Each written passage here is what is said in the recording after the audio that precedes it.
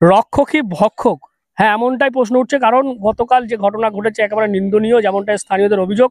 এই জাঙ্গিপাড়া বিধানসভার এই যে বিলাড়া হাই স্কুল, সেই স্কুলেই পিছনে একজন মহিলা তার বাড়িতে ঢুকে যেমনটা জানতে পারছি আধা সামরিক বাহিনীর এক জওয়ান তিনি অশালীন ব্যবহার করেছেন বা শ্লীলতাহানির চেষ্টা করেছেন, সেই অভিযোগেই কিন্তু গতকাল রাতে উত্তেজনা তৈরি হয়। সেই জওয়ানকে গাছে বেঁধে রেখে স্থানীয় মানুষজন তারা পুলিশকে খবর দেয় এবং তারপর জাঙ্গিপাড়া থানার পুলিশ এসে সেই জওয়ানকে উদ্ধার করে নিয়ে গেছে। এবং আমরা আজকে দেখতে পাচ্ছি এই মুহূর্তে এই যে বিলারা হাই স্কুল, সেখানে ভোট গ্রহণ চলছে। এখানে যেমনটা আমরা পুলিশ সূত্রে জানতে পারছি, যারা এই ঘটনা ঘটিয়েছে তাদের গোটা টিমকেই এখান থেকে সরিয়ে দেওয়া হয়েছে অন্যত্র। এবং যে জওয়ানের সঙ্গে এই ঘটনা ঘটেছে তাকে ইতিমধ্যেই জাঙ্গিপাড়া থানার পুলিশ আটক করেছে। এবং দেখতে পাচ্ছেন আজকে ভোট চলছে এবং সেখানে আমরা দেখতে পাচ্ছি গ্রামবাসীরা তারা রয়েছেন। এবং গতকালের ঘটনা নিয়ে যেমনটা গ্রামবাসীরা বলছেন, এই যে যারা কেন্দ্রীয় নিরাপত্তার দায়িত্বে রয়েছেন আধা সামরিক বাহিনী, তাদেরকে দেওয়া হচ্ছে এখানে যাতে শান্তিপূর্ণভাবে সুন্দরভাবে তারা ভোট দিতে পারে। কিন্তু তারাই যদি এরকম ঘটনা ঘটায় তাহলে তাদের নিরাপত্তা নিয়ে কি হবে, সেই প্রশ্নই কিন্তু গ্রামবাসীরা তুলছেন। এবং তারা বলছেন যে কেন্দ্রীয় বাহিনীর প্রতি একটা আস্থা সবার রয়েছে, যার কারণেই এই ভোট হচ্ছে কেন্দ্রীয় বাহিনীর দিয়ে। এবং সেখানে এরকম একজন ঘটনা ঘটাচ্ছে, তাহলে তাদের ওপর ভরসা কি করে করবেন, সেই প্রশ্ন কিন্তু গ্রামবাসীরা তুলছেন। এই বুথের টিএমসির পক্ষ থেকে এই বুথের সভাপতি আমাকে রাত 1টার সময় ফোন করা হলো যে প্রশান্ত দা এই ঘটনা ঘটেছে। আমি সঙ্গে সঙ্গে জাঙ্গিপাড়ার সিভিককে ফোন করেছিলাম, সনাতন দে আমার চেনা জানা। তা তিনি ইতিমধ্যে এসেছিলেন, ইনি নিশ্চয়ই জাঙ্গিপাড়া থানায় ফোন করেছিলেন। এসে আমি সঙ্গে সঙ্গে এনাদের বাড়িতে আসি। এনাদের বাড়িতে এসে দেখি যে সেন্ট্রাল পুলিশকে যাকে ওরা ধরে ফেলেছিল, যে মহিলার প্রতি অত্যাচার করেছিল। বাড়ি না, মারধর করা হয়নি, ওকে ধরে রাখা হয়েছিল। হ্যাঁ হ্যাঁ, হয়তো বেঁধে রাখতে পারে।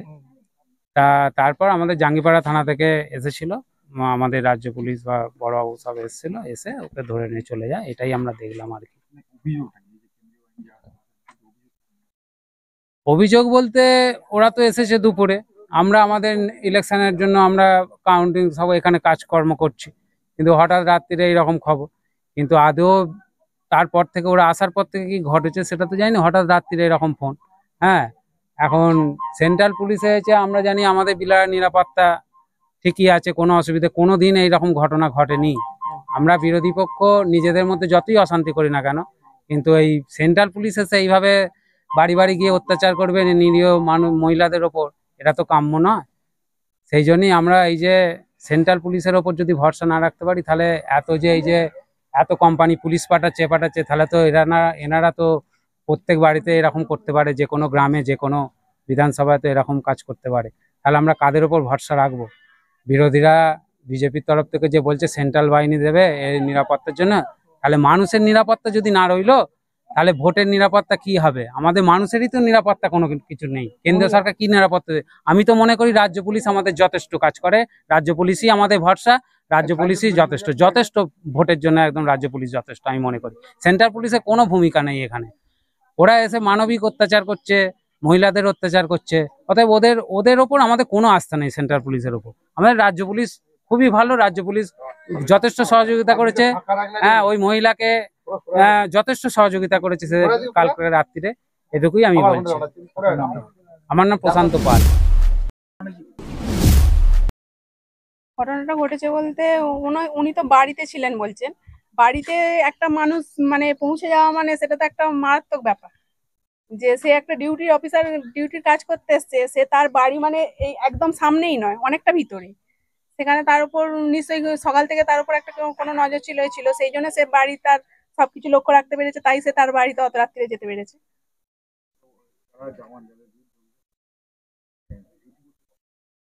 কাল সকালেই তো এসছে।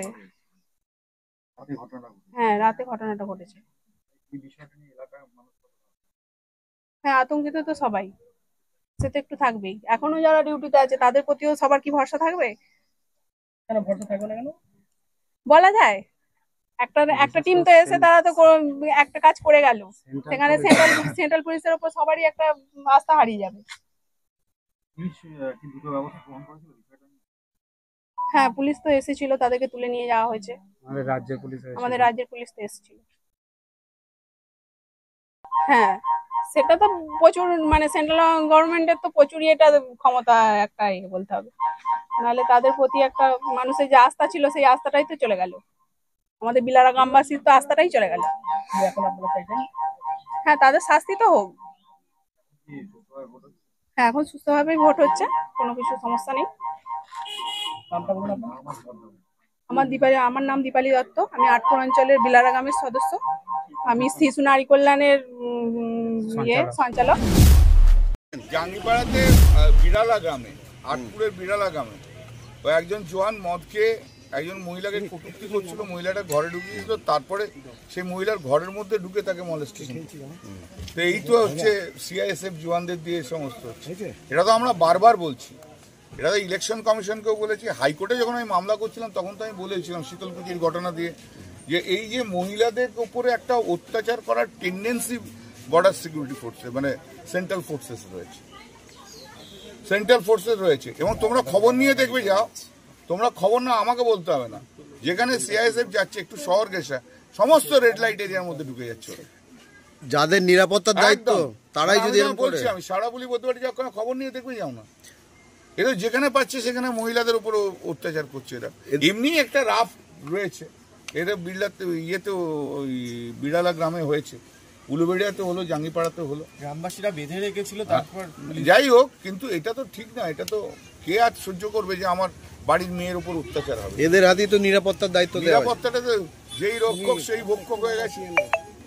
মোদির লোক না,